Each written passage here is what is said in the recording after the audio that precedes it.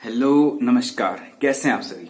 उम्मीद है कि आप सभी अच्छे होंगे और आपकी पढ़ाई भी बहुत अच्छी चल रही होगी। और जो हमने पिछले लेक्चर में जो हम डिस्कस कर रहे थे वो कर रहे थे एम्पलीट्यूड मॉड्यूलेशन। ठीक है, हम अभी जो डिस्कस कर रहे हैं वो एम्पलीट्यूड मॉड्यूलेशन कर रहे हैं। और पिछले लेक्चर में हमने कर लिया था frequency spectra of AM wave. ठीक है, जो हमारी एम्पलीट्यूड मॉड्यूलेटेड वेव है, जैसे मान लीजिए कि आपका ये वेव है, जो हमारा मॉड्यूलेटेड वेव बना था वो कुछ ऐसा बना था।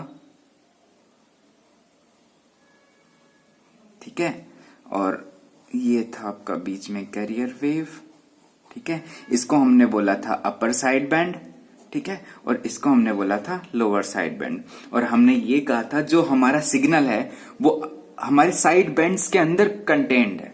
ठीक है, हमने यही तो कहा था जो हमारा सिग्नल है वो एक तो अपर साइड बैंड में है और एक लोअर साइड बैंड में है। ठीक है, और बीच में आपकी जो है कैरियर वेव है। ठीक है, यहां से हमारे पास क्या रिजल्ट आए थे, हमारे पास रिजल्ट आए थे कि 3 हमारे पास अलग अलग एम्पलीट्यूड की वेव्स मिली थी। ठीक है, जो पहली जो वेव मिली थी वो थी, उसका एम्पलीट्यूड था EC। दूसरी जो वेव थी उसका एम्पलीट्यूड था MEC/2। और जो तीसरी वेव थी उसका भी एम्पलीट्यूड इतना ही था, MEC/2। जहां पर जो M था वो था आपका मॉड्यूलेशन फैक्टर। मॉड्यूलेशन फैक्टर ये बताता है कि आपका जो ये AM वेव है, ठीक है, मतलब जो रिजल्टेंट वेव है वो किससे बना है, कैरियर वेव और आपका सिग्नल वेव। तो जो आपका कैरियर वेव है उसका जो मैक्सिमम एम्पलीट्यूड है, ठीक है, वो कितना वेरी हुआ है। ठीक है, आप AM वेव को देख के ये बताते हो कि कैरियर वेव था आपका, उसका मैक्सिमम एम्पलीट्यूड कितना वेरी हुआ है, वो आप बताते हो मॉड्यूलेशन फैक्टर से। ठीक है, जितना वेरी हुआ उतना ही ज्यादा आपका मॉड्यूलेशन फैक्टर होगा। ठीक है, और इसका जो वैल्यू होता है वो आपका 0 और 1 के बीच का होता है। ठीक है, ये आपको पता है। अब देखो इस लेक्चर में जो हम करने वाले हैं वो करने वाले हैं पावर इन AM वेव। ठीक है, जो आपकी एम्पलीट्यूड मॉड्यूलेटेड वेव है उसके अंदर कितना पावर स्टोर्ड है या फिर कितना पावर आपको चाहिए। ठीक है, या फिर कह सकते हो कितना पावर डिसिपेट करता है। ठीक है, अब देखो भाई, इसके लिए हम क्या करते हैं, हम कोई भी जनरल सर्किट ले लेते हैं मान लीजिए। ठीक है, तो जो power dissipated in any circuit वो क्या होती है, वोल्टेज अक्रॉस द सर्किट, ठीक है, का स्क्वायर डिवाइडेड बाय रेजिस्टेंस। यही तो होता है, क्या होता है, V²/R, यही होता है ना। हाँ, तो ये R क्या होगा, इफेक्टिव रेजिस्टेंस ऑफ सर्किट। ठीक है, इतना बात हुआ।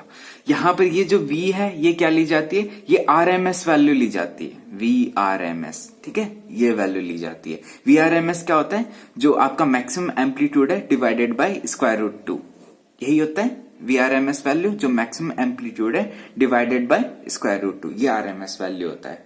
ठीक है, तो भैया हमारा वाला जो केस है, जो हमारी एम्पलीट्यूड मॉड्यूलेशन वेव है, उसमें तीन वेव से कंसिस्ट होके बना है। ठीक है, उसमें जो 2 है ये तो क्या है, अपर और लोअर साइड बैंड। ठीक है, और ये क्या है, ये है कैरियर वेव। ठीक है, कैरियर वेव का एम्पलीट्यूड। तो देखो पहला हम क्या देखते हैं, power distributed among these components. ठीक है, दीज कंपोनेंट्स, जो हमारे 3 कंपोनेंट हैं, ठीक है, जिनसे मिलकर हमारा ये AM वेव बना है। ठीक है, तो उनमें हमें क्या देखना है, कितना पावर डिस्ट्रीब्यूटेड है। ठीक है, तो जो पहला है वो है आपका कैरियर वेव का पावर। ठीक है, उसको बोलते हैं कैरियर पावर, वो हम डिनोट कर देते हैं मान लीजिए PC से।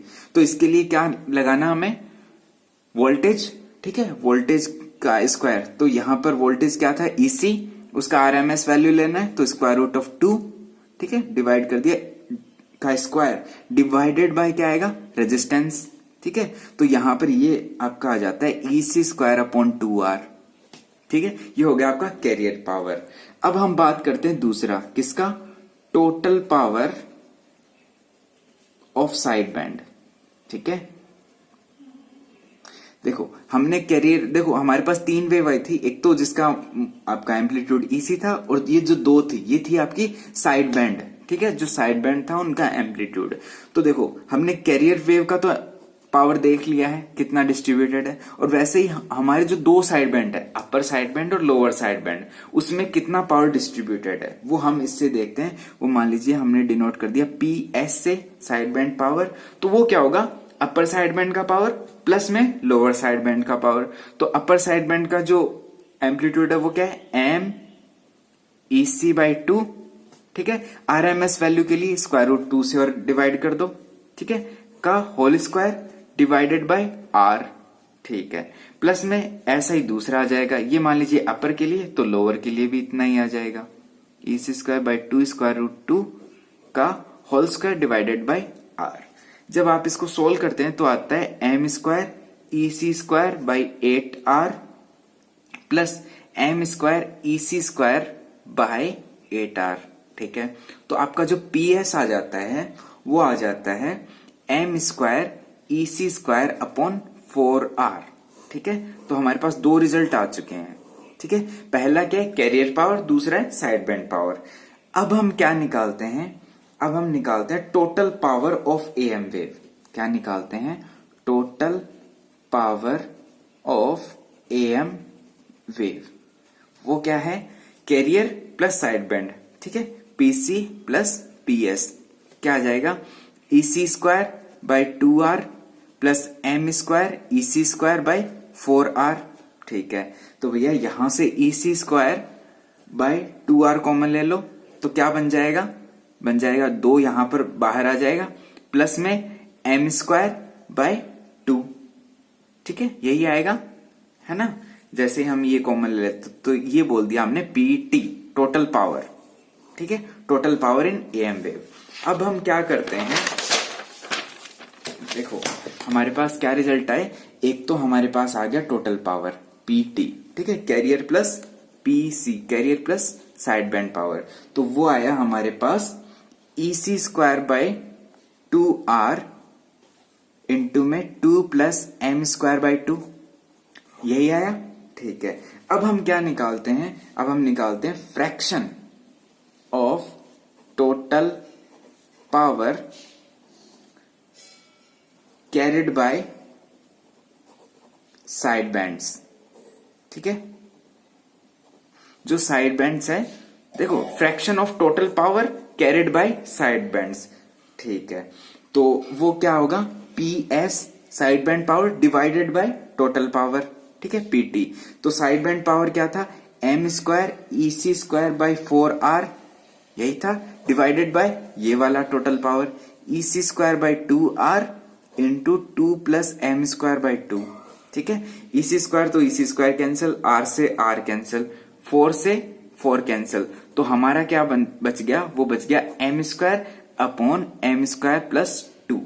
ठीक है, अब देखो, अब मैं क्या बोल रहा हूं, जो हमें जो पावर चाहिए, ठीक है, हमें जिस चीज से मतलब है, देखो हम तो मतलबी इंसान है। ठीक है, तो हमें किससे मतलब है? हमें तो जो हमारा सिग्नल है, देखो यहां से जो हमारा जो सिग्नल है ना, हमारा सिग्नल कहाँ कंटेंट है? हमारा सिग्नल तो इसमें कंटेंट है, जो साइड बैंड पावर है।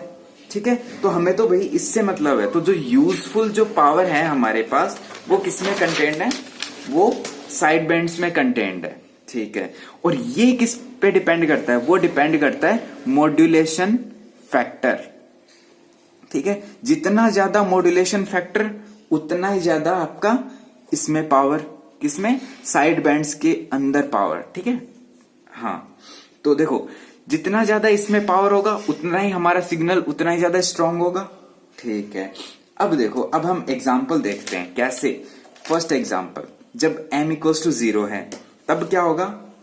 तब जो आपका power carried by side bands, ठीक है, वो क्या आएगा? देखो यहां पर हम इसको फर्दर ये भी लिख सकते हैं ना, जो power carried by side bands P S equals to M square upon M square plus 2 into P T. ठीक है, ये है हमारा फाइनल रिजल्ट। वो क्या बताता है, जो टोटल पावर है उसका इतना मल्टीप्लाइड क्या होगा, power carried by side band. वही हम यहाँ पे कैलकुलेट कर रहे हैं जब m इक्वल्स टू 0 हो। तो भैया हमारा पी एस क्या आ जाएगा, 0 अपॉन 2 प्लस 0 क्या आ जाएगा, 0।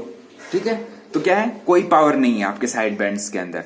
कब, जब आपका कोई मॉड्यूलेशन ना हुआ हो। ठीक है, दूसरा केस देखते हैं, जब m इक्वल्स टू 0.5 हो, तो जो power carried by side bands क्या हो जाएगा, 0.5 स्क्वायर डिवाइड बाय 2 प्लस 0.5 का होल स्क्वायर। तो वो आ जाता है 11.1% of total power of AM wave.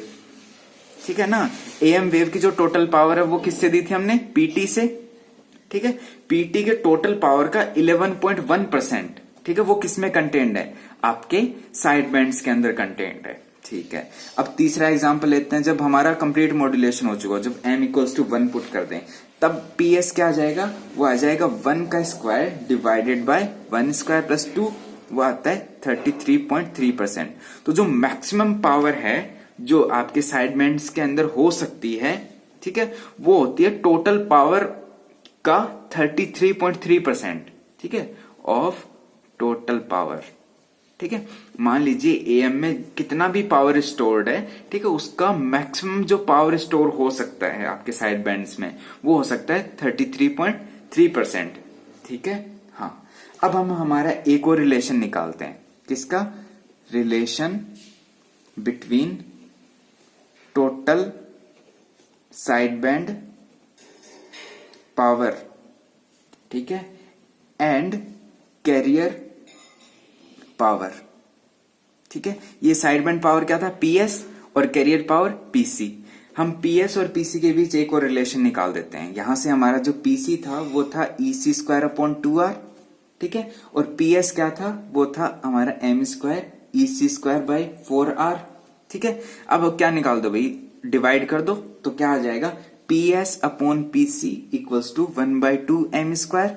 ठीक है, ये क्या इंप्लाई करता है, ये इंप्लाई करता है पी एस, इसको इधर भेज दो, equals to 1/2 M square P S. ठीक है, सॉरी पीसी। तो ये आपका आ गया फाइनल रिजल्ट। ये किसका है, relation between side band power and carrier power, side band power और कैरियर पावर। ठीक है, तो भाई ये हो गई आपकी power in AM wave. Okay, तो नेक्स्ट लेक्चर में हम इस पे चर्चा जारी रखेंगे एएम वेव के ऊपर। तो आप तब तक पढ़ते रहिए, खुश रहिए। Thank you.